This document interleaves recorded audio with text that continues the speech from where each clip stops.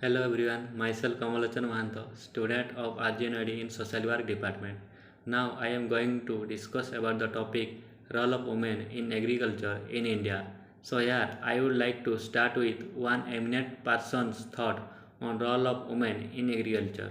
M.S. Swaminathan, the famous Indian agriculture scientist, described that it was women who first domesticated crop plants and thereby initiated the art and science of farming, while men went out hunting in search of food.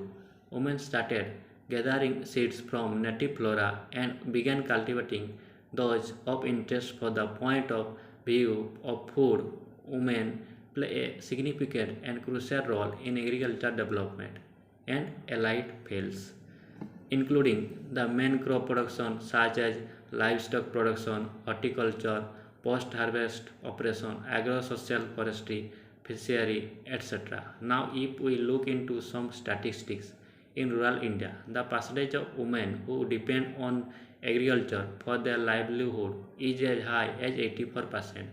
So, despite women dominance of the labor force in agriculture in India still face extreme disadvantage in terms of pay, land rights and representation in local farmers organization. Among the various cultivation operation, field operation like sowing or transplanting, weeding, harvesting, etc. involve engagement more number of women labor. For example, the engagement of agricultural laborer in rice production activity has been found in high in transplanting, weeding, and harvesting. Women's contribution in production process in pre-sowing activities such as land preparation, preparation of compost and farmyard, seed selection, seed preparation, seed management, seed sowing, nursery preparation, etc. So, if we look into all these activity of pre-sowing, women contribute most of the activity except ploughing of lands in some region. Post-sowing activity like weeding, scaring of birds, harvesting, post-harvest process include preparation of threshing floor, hand threshing, etc. Now most of the agriculture work have been replaced by machine to finish the work in short time. But at the same time, many people not getting any work in addition to agriculture work. So, women are also responsible for the well-being of household. Beside the housework, women spend the same amount of time as men carrying out agriculture work. Next, obstacle in women growth in agriculture, lack of ownership and control over the land. Women are involved in up to 80% of farm work, but they own less than 13% of the farmland land in India. Women seldom enjoy property ownership directly in their names. Even with land in their names, they may not have actual decision making power. So, next is gender disparity in earning. Gender disparity in earning another major issue in gender wage disparity, with women earning just 70% compared to men for doing the same work. Many women also engage in unpaid substance labor within farm owned by male members of the family. So, coming to the next, lack of education. This preventing them from assessing better information and linkage to extension service.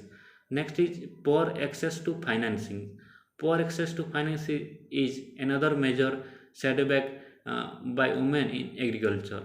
Credit is an extremely useful resource to farmers, but women farmers are still not able to access credit easily. So, next is gender division of labor in agriculture. Gender division of labor in agriculture is a common practice that limits factor for most women in agriculture. Division of labor usually based on crop or tasks. It is usually the men who are in charge of large scale cash cropping, especially when it is highly mechanized, while the women are responsible for household food production and small scale cultivation of food and some cash crop that requires low level technology. So next is policy failure. Indian policy for farmers have failed to recognize female farmers.